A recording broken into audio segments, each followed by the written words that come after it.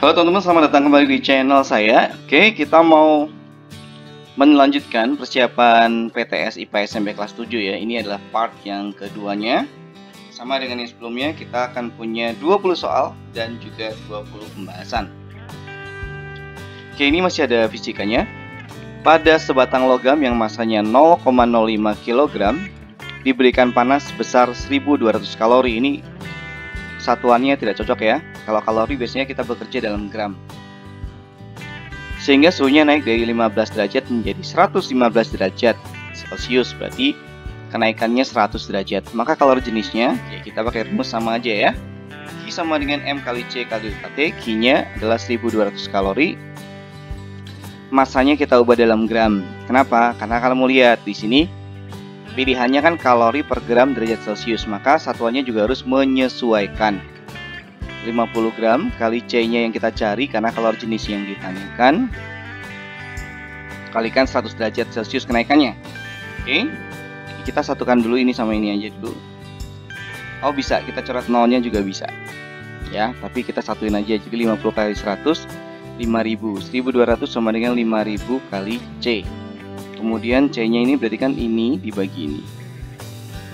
Atau kita nolnya kita hilangin dulu ya. Jadi 1200 dibagi 5000 sama dengan 12 dibagi 50. Terus supaya bawahnya 100 kita kali 2 kali 2. 24 plus 100. Kenapa saya senang bawahnya 100? Karena pembagian 10, 100, 1000, 10.000 itu kan gampang, tinggal geser koma. Kalau 100 ya ada 02 kan, berarti di belakang koma ada 2 digit ya.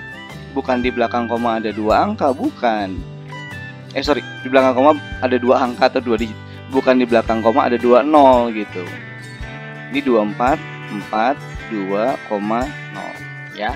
Jadi nulisnya di belakang seperti yang saya sudah sering ajarkan di video-video sebelumnya. Kalau kalian masih bingung ya bisa lihat video saya yang lain karena model saya menghitung biasanya kayak gitu.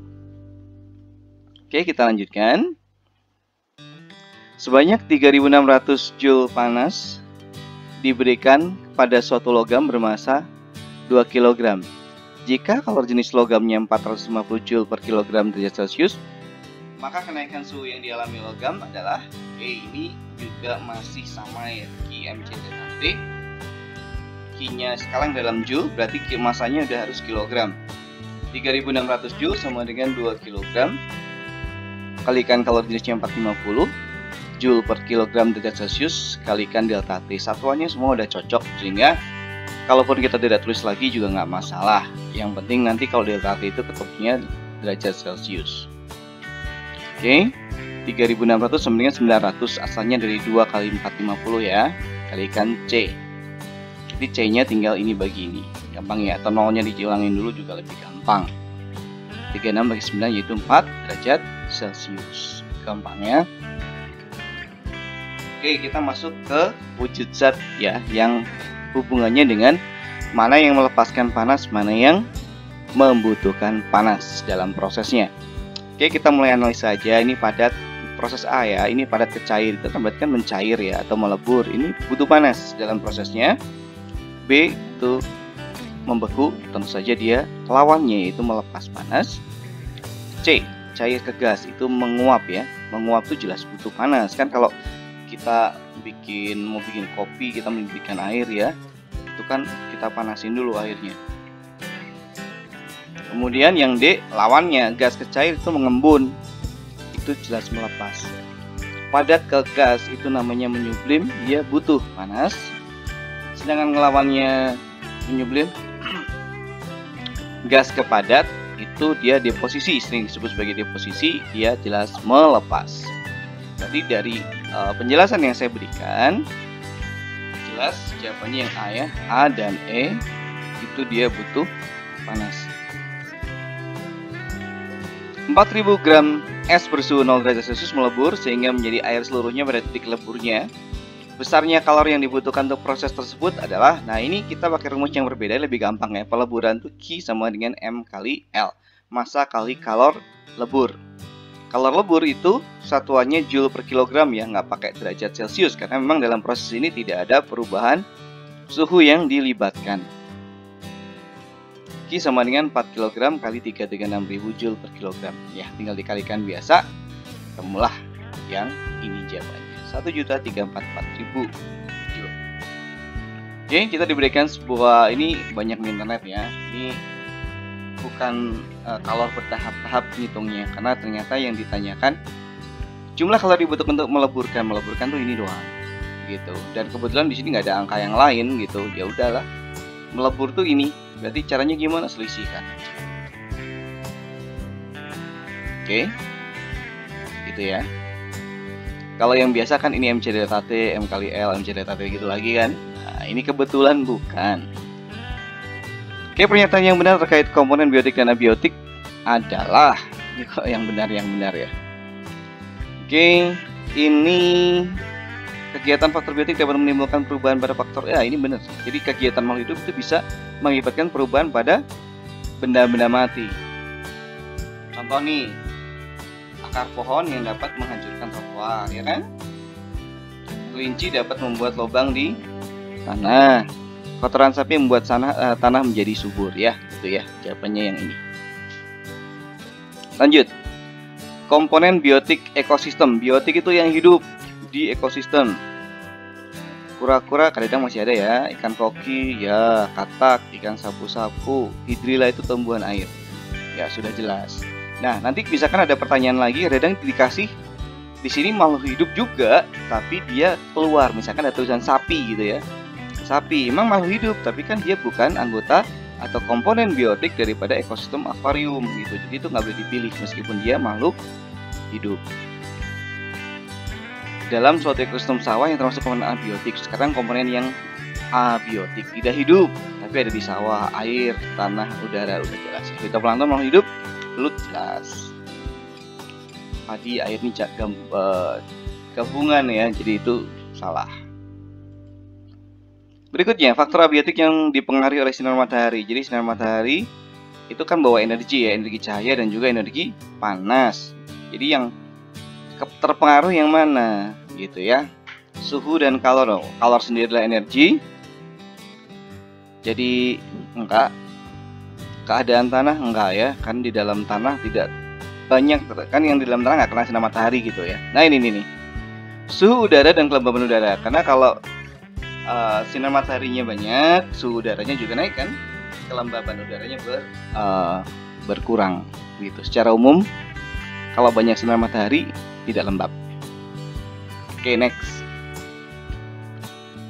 Urutan satuan ekosistem dari jumlah anggotanya paling sedikit hingga paling banyak. Ini gampang ya, dari individu sampai yang paling gede.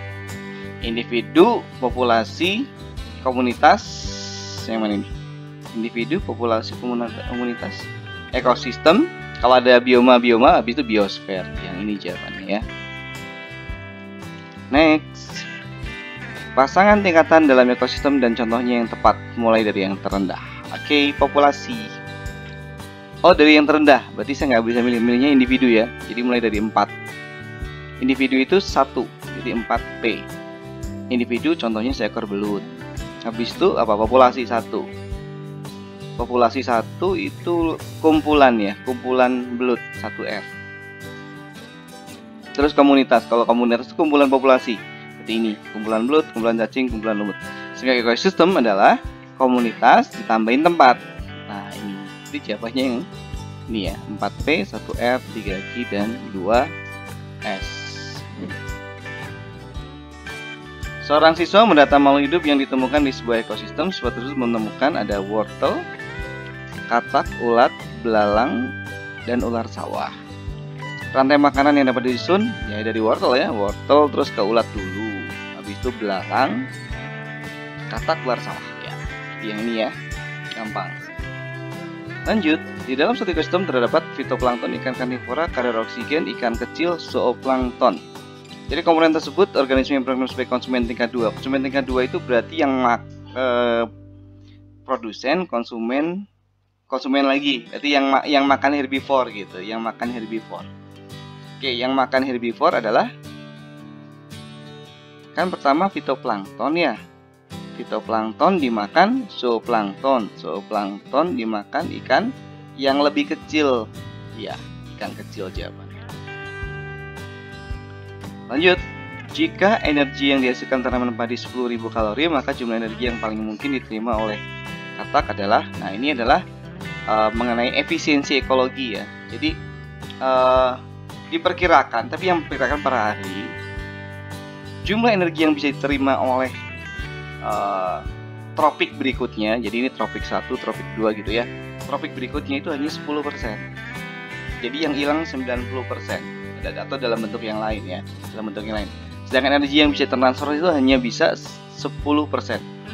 Berarti kalau di padi 10.000, di belalangnya tinggal 1.000, kataknya tinggal 100, pokoknya tinggal 10% aja gitu. Itu adalah efisiensi ekologi. Jika jumlah energi yang ditransfer dari tumbuhan rumput ke belalang adalah 5.000. Jadi dari rumput ke belalang itu 5.000 kilokalori. Diterima oleh kadal, ya tinggal berkurang menjadi 10%-nya saja. Menjadi 10%-nya berarti 500 kilokalori ya. Gitu.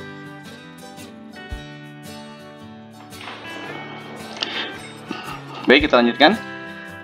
Oke, berdasarkan ciri-ciri makanan di atas, maka pernyataan yang benar adalah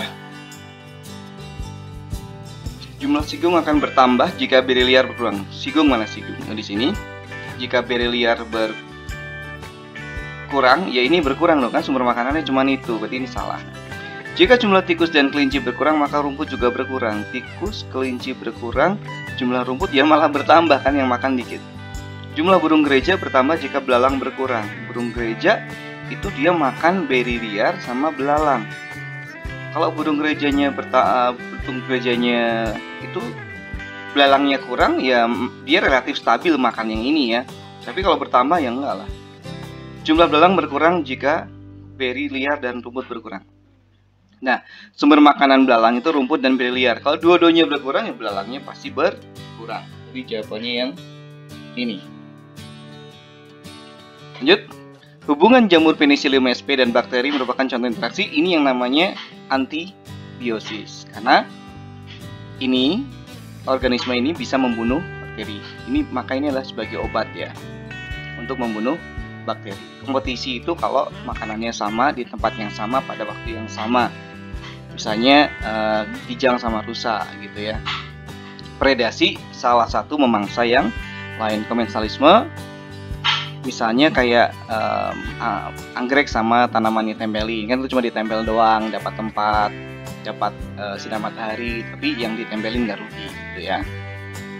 Pada simbiosis yang terjadi antara semut dan kutu daun adalah, nah semut sama kutu daun itu, semutnya itu seolah-olah kayak memelihara kutu daun. Jadi kenapa? Kutu daunnya ini bisa menghasilkan semacam cairan manis dan itu diambil semut, sementara kutu daunnya ini bisa mendapat kayak apa ya, perlindungan begitu, dan bisa berpindah tempat oleh karena semut. Oke, jadi jawabannya yang ini ya, semut mendapatkan cairan manis dari kutu daun. Ini ada gambar kerbau dengan burung. Nah, seperti kita tahu bahwa kerbau itu kan nggak bisa garuk punggung. Kenapa garuk punggung? Karena ada kutunya. Nah, kutunya ini dimakan oleh jalak. Jalaknya ini bisa dapat makanan kan? Jadi kan ini kompetisi, interaksi yang saling menguntungkan. Berarti ini adalah simbiosis mutualisme. Oke, soal terakhir hari ini, grafik yang menunjukkan hubungan kepadatan populasi manusia dan kualitas air. Oke, seiring dengan banyaknya penduduk, pasti kualitas air itu menurun. Jadi jawabannya yang ini. Seiring dengan kenaikan populasi, makin banyak penduduknya, justru kualitas air akan semakin turun. Oke teman-teman, demikian pembahasan dari persiapan PTS IPA SMP kelas 7 bagian yang kedua. Semoga bermanfaat buat kalian dan ketemu di video selanjutnya. Bye bye.